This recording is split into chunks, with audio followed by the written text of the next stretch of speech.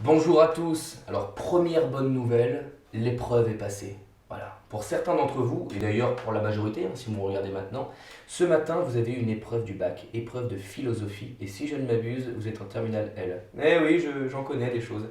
Alors aujourd'hui, moi je suis là auprès de vous pour une proposition de correction sur le sujet numéro 2. Alors cette proposition de correction nous a été faite par un professeur agréé de l'éducation nationale sur le sujet numéro 2, à savoir le désir est-il par nature illimité?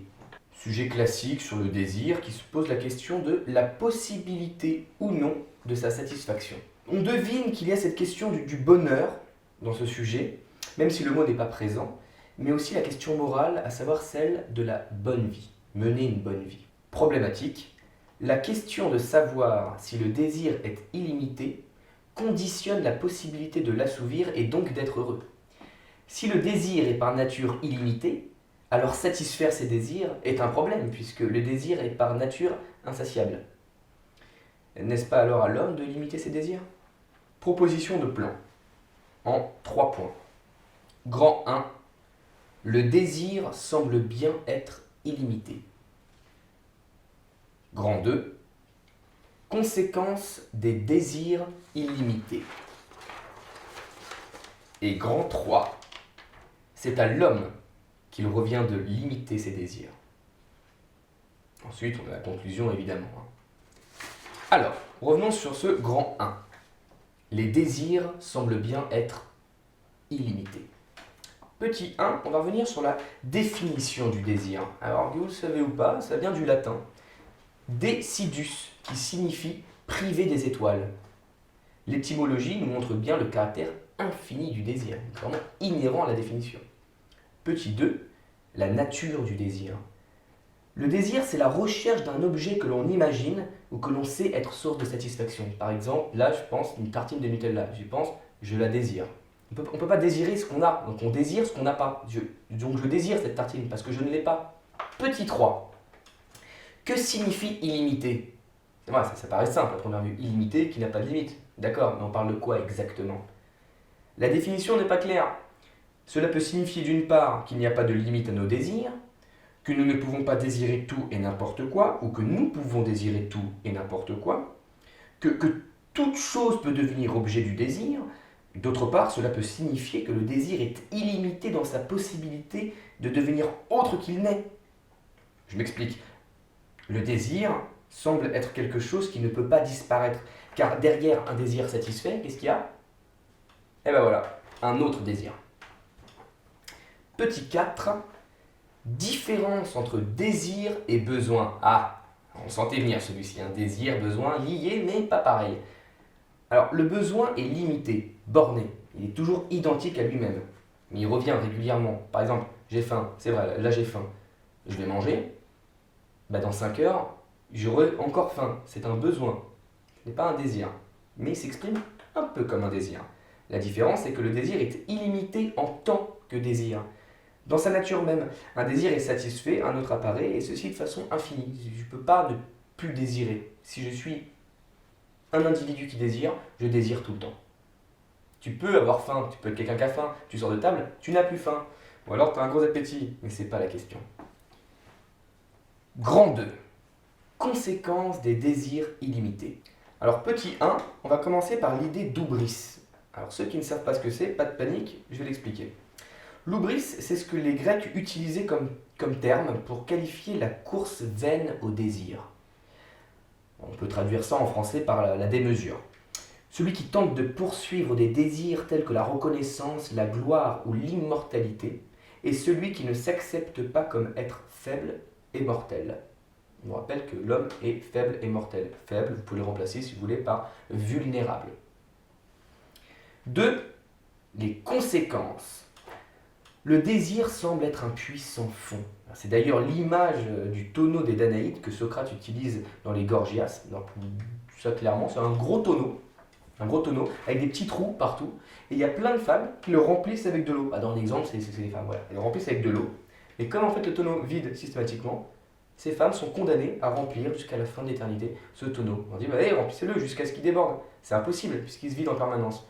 Et le désir, cette idée d'oubris, c'est un petit peu ça. quand on rentre dans ce flux, ça ne s'arrête plus. Voilà.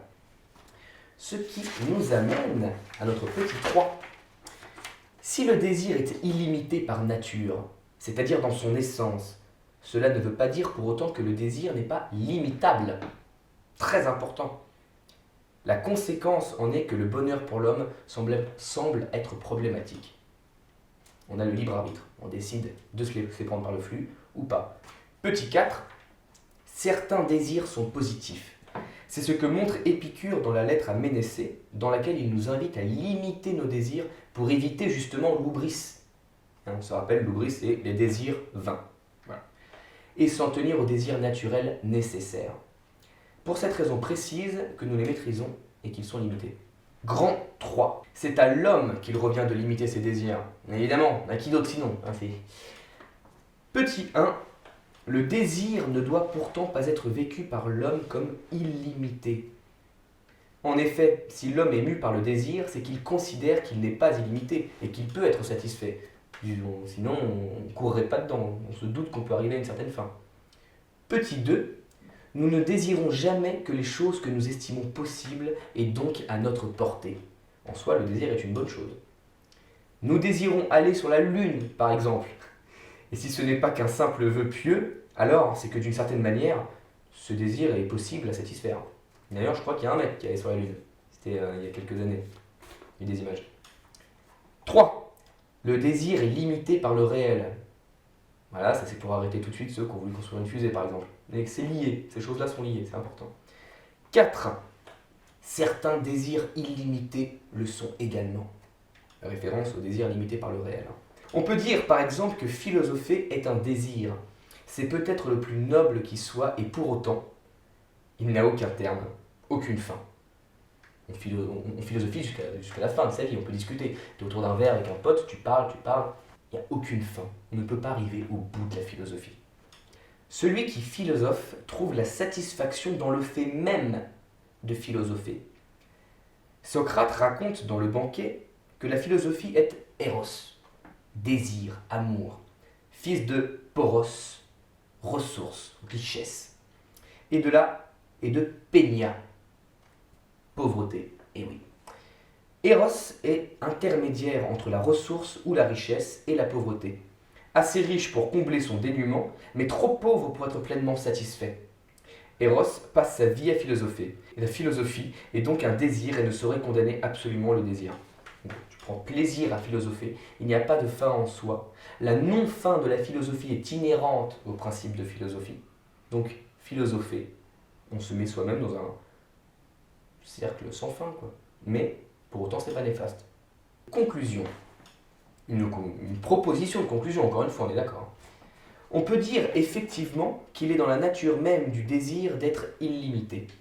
Cependant, ce n'est pas pour autant que l'homme, être de désir, doit être voué au malheur de ne jamais pouvoir être satisfait. Il lui appartient de limiter ses désirs. Donc il y a un travail à faire. Bon, j'espère que ça vous a aidé, cette petite correction. Je le rappelle encore une fois, jamais trop.